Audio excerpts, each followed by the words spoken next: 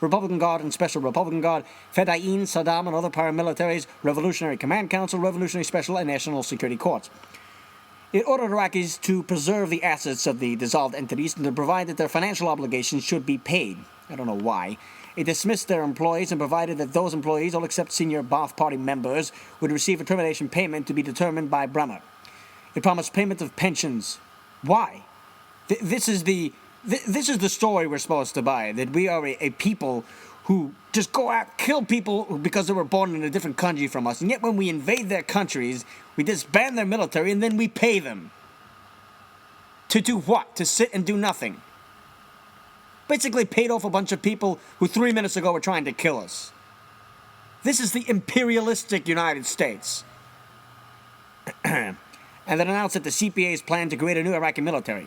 I said it would review the draft order and ask Rumsfeld how he would want to handle it.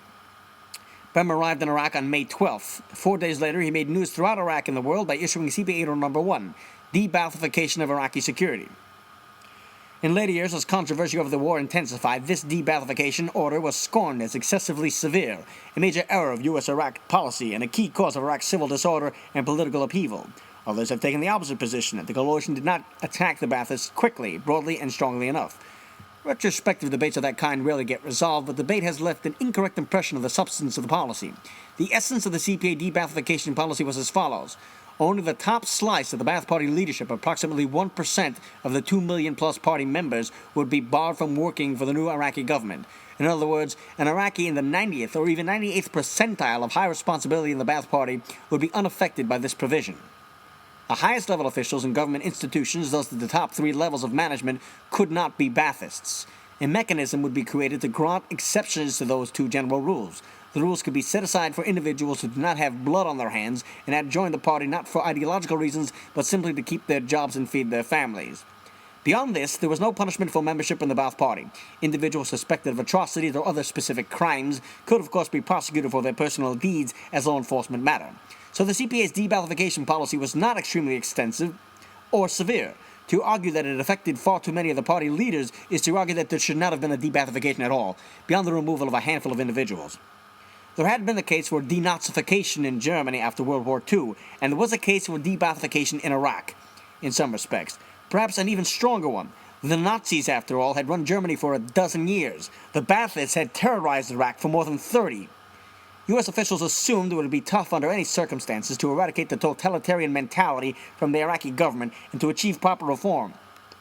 It would be much tougher, perhaps impossible, if high-level Baathists were allowed to retain power in the ministries and other official institutions.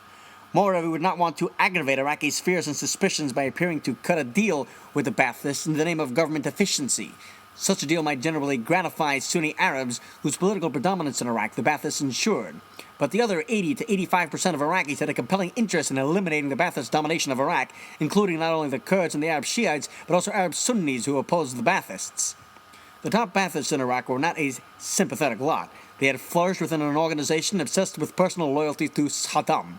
They were the leadership that had launched the Iran-Iraq War, invaded Kuwait, and shot missiles at civilians in Saudi Arabia and Israel. They were responsible for carrying out the Anfal campaign against the Kurds, complete with poison gas attacks against the mothers and infants of Halabja, for the mass graves full of Shiites massacred after Desert Storm, and for the systematic torture and rape of Iraqis for reasons of policy and personal pleasure. Even so, the U.S. de-Baathification order was moderate and narrowly focused. It was intended to avoid needless harm. It did not impose hardships indiscriminately on all Ba'ath Party members, much less on Sunni Arabs in general. No agency of the U.S. government had argued in senior-level policy meetings that Iraq needed Ba'athist elite to run the government and keep essential services operating, though taking them out of official jobs would clearly cause some disruptions. Bremer was, in any case, authorized to grant exceptions if administrative necessity required them, or an injustice would otherwise be done to an individual senior party member. Reports of overzealous de-Baathification are often cited as evidence that the administration's policy was poorly crafted. I have no doubt that excesses occurred. Many, however, have been spontaneous actions taken by excited, newly liberated Iraqis without reference to the CPA-issued policy. I received a number of anecdotal reports from throughout the country that Iraqi Kurds, Shiites, and others took the opportunity to drive away from local schools, police stations, and government offices the party personnel that had long hated as oppressors. I know of no comprehensive data on the subject, but it stands to reason that such actions occurred without anyone seeking a go-ahead or procedural guidance from Ambassador Bremer in the headquarters in Baghdad. Bremer eventually delegated the de-Baathification process to a committee of Iraqis chaired by Ahmed Chalabi of the INC. Bremer has written that this was an error that gave rise to some valid complaints about overly strict de-Baathification. He said he should have made the delegation to judicial rather than political body. Administration officials were aware, as we debated the de-Baathification policy, that it would please some Iraqis and antagonize others, but we also recognized that if the coalition failed to take serious actions against the Ba'ath Party, Iraqis who detested the regime would feel betrayed. Their outrage could give rise to an anti-Ba'athist bloodbath led by Kurds and Shiites in defiance of the coalition.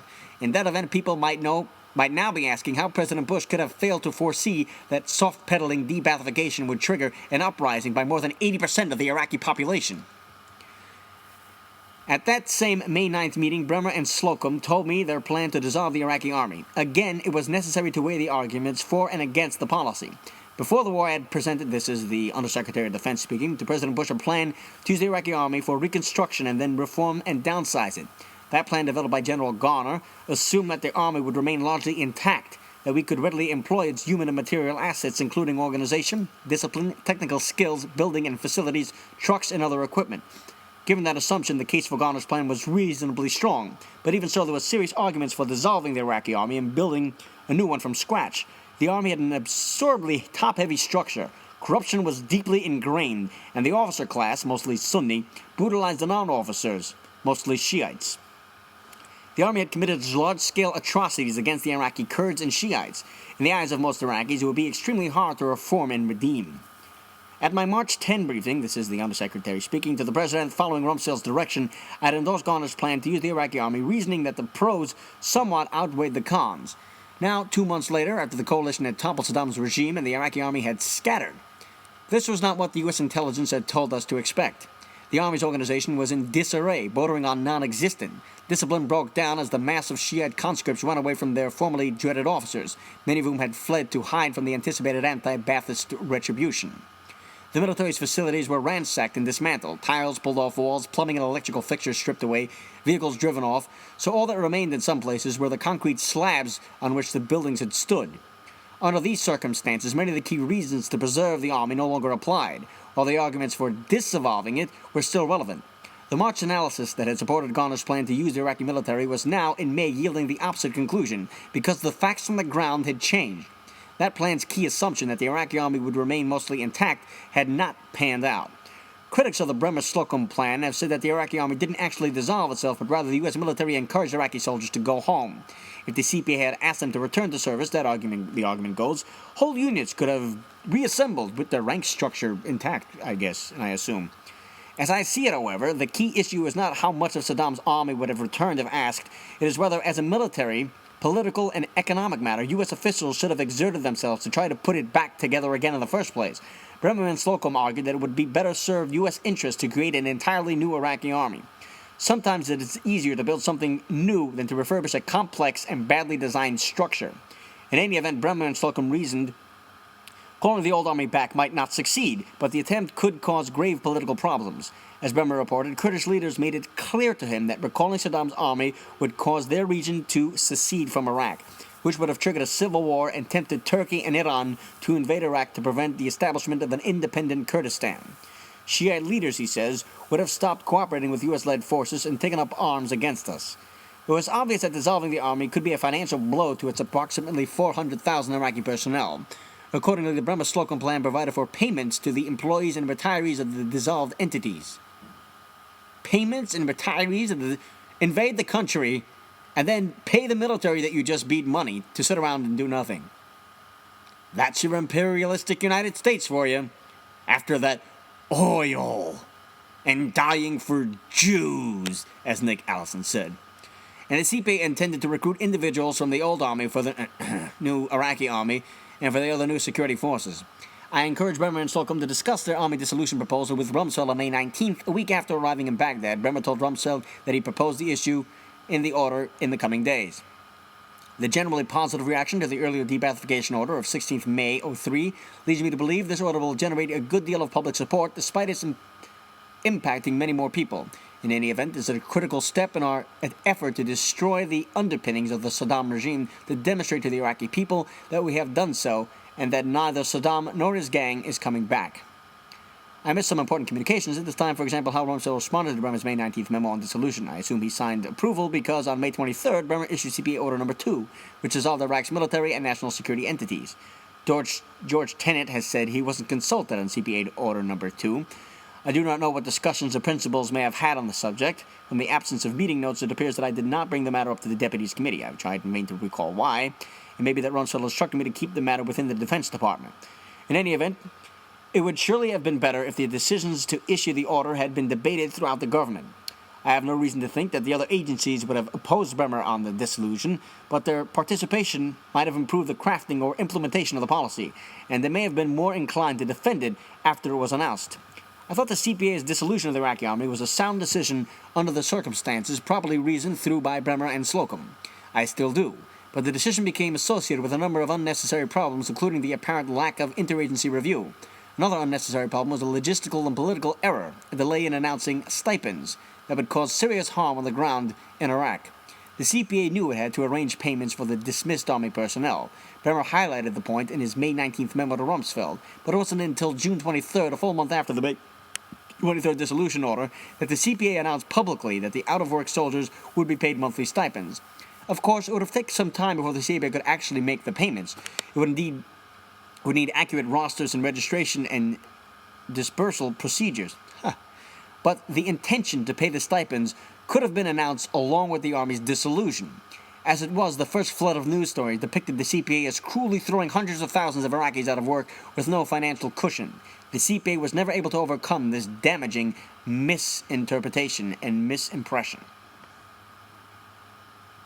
The initial concept for creating a new army turned out to be another mistake.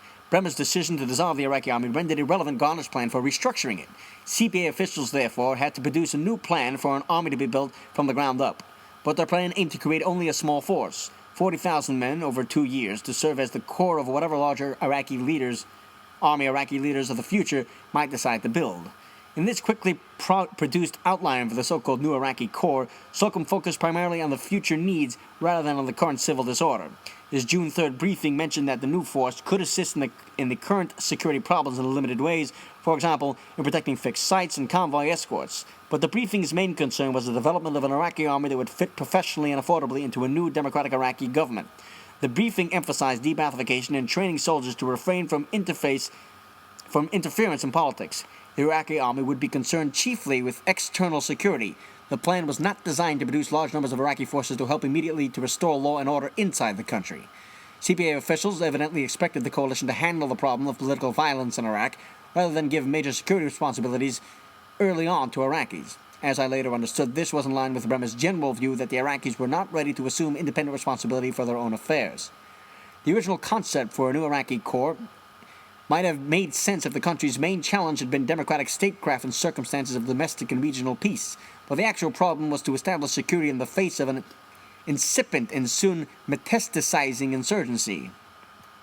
According to U.S. intelligence at the time, the enemy in Iraq was a mix of former regime officials, foreign jihadists, and common criminals. For reasons that were never authoritatively established, Saddam had released approximately 100,000 criminals from his prisons on October 2002. After Baghdad was liberated, we learned that some of them had been hired to shoot rocket-propelled grenades at coalition forces. An early sign of administrative trouble was the disjointed U.S. reaction to the new enemy. CENTCOM's focus was on immediate security challenges on the ground, and our commanders were therefore looking for Iraqis who could help them fight the enemy. They had expected to make immediate use of the Iraqi security forces, military and police. That was clearly not an option. And now they understood that the CPA's new Iraqi Corps would not give them the help they needed.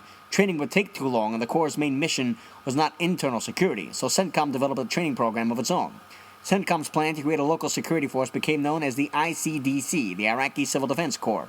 These were Iraqi recruits who, after only a few days of learning basic skills, joined U.S. combat units for on-the-job training, during which they served as interpreters, scouts, guides, and advisors in civil affairs, important functions that we had identified months earlier for the proposed Free Iraqi forces. CENTCOM and the CPA thus each pursued its own programs to train Iraqi forces. They did not develop a unified concept and plan. When Rumsfeld had proposed back in October 2002 to take on the responsibility for all aspects of Iraqi reconstruction, civil and military, his idea was to ensure unity of effort through unity of leadership. CENTCOM reported to Rumsfeld, and on paper the CPA did too, but in fact